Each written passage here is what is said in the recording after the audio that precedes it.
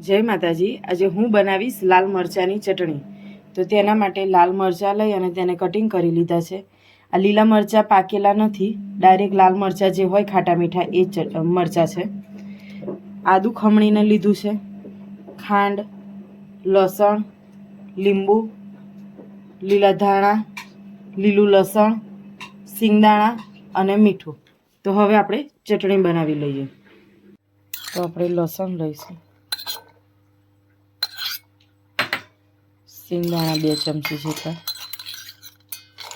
તેનાથી થિકનેસ સરસ આવે છે। ખાંડ, સહેજ ખાટી મીઠી ચટણી બને માટે, લીલા ધાણા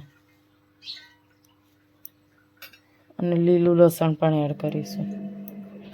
હવે તેમાં આપણે આદુ એડ કરીએ અને લીલા મરચાં એડ કરી પીસી લઈશું। તેમાં થોડું મીઠું એડ કરીશું અને તેમાં આપણે અડધા લીંબુનો રસ એડ કરીશું। આપણે એક આખું લીંબુ વાપરવાનું છે, પણ આપણે અડધા મરચાં હજી પીસવાના બાકી છે, એટલે આમાં અડધું લીંબુ એડ કરીએ એટલે પાણી એડ ના કરવું પડે। લાલ મરચાંમાં આમ થાય પાણીનો ભાગ વધારે હોય છે એટલે। હવે બધી જ વસ્તુને સરસ પીસી લઈએ। તો હવે આપણે ચેક કરી લઈએ તો આપણી ચટણી થોડીક પીસાઈ ગઈ છે। હવે આમાં બીજા પણ મરચાં આપણે એડ કરી દઈએ એટલે બધી જ વસ્તુ સરસ રીતે મિક્સ થઈ જાય। હવે તેમાં પણ અડધું આપણે લીંબુ એડ કરી દઈશું।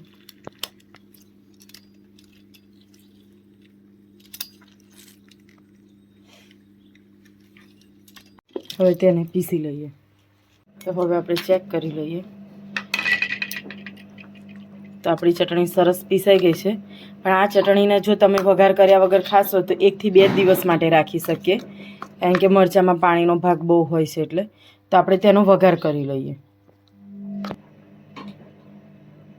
વઘાર કરવા માટે આપણે 1 પાવલું તેલ ગરમ કર્યું છે, તેલને ગરમ થઈ જવા દઈએ સરસ। પછી તેમાં રાઈ, જીરું કાંઈ વઘાર નથી કરવાનો, આપણે ચપટી હળદર અને હિંગ એડ કરી અને વઘાર કરી લઈશું, એટલે સહેજ પાણીનો ભાગ બધો બળી જાય ગરમ થાય એટલે।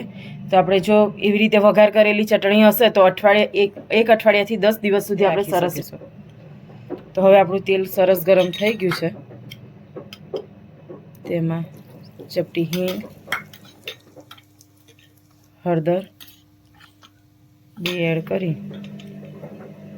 અને આપણી સરસ મજાની લાલ ચટણી એડ કરીશું।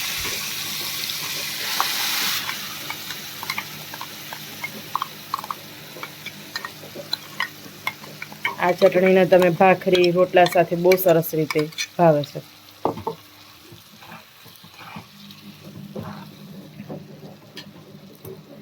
આવી રીતે મિક્સ કરી લઈએ। તેલ છૂટું પડે ત્યાં સુધી સહેજ વાર આપણે થવા દઈશું, 2 થી 3 મિનિટ માટે।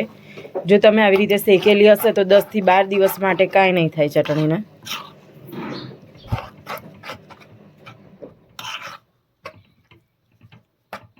તો હવે આપણી ચટણી સરસ સાઈડ છોડી દીધી છે અને થઈ પણ ગઈ છે, તો ગેસ બંધ કરી દઈએ। તો તૈયાર છે લાલ મરચાંની એકદમ જોરદાર ખાટી મીઠી ચટણી। તમને કેવી લાગી તે જરૂરથી કોમેન્ટમાં કહેજો। અમારી ચેનલને લાઈક કરો, શેર કરો અને સબસ્ક્રાઈબ કરો। અવનવી રેસીપી જોવા માટે તમે કોમેન્ટ કરો। તમે પણ જરૂરથી ટ્રાય કરજો કે તમારે પણ આ ચટણી કેવી થઈ।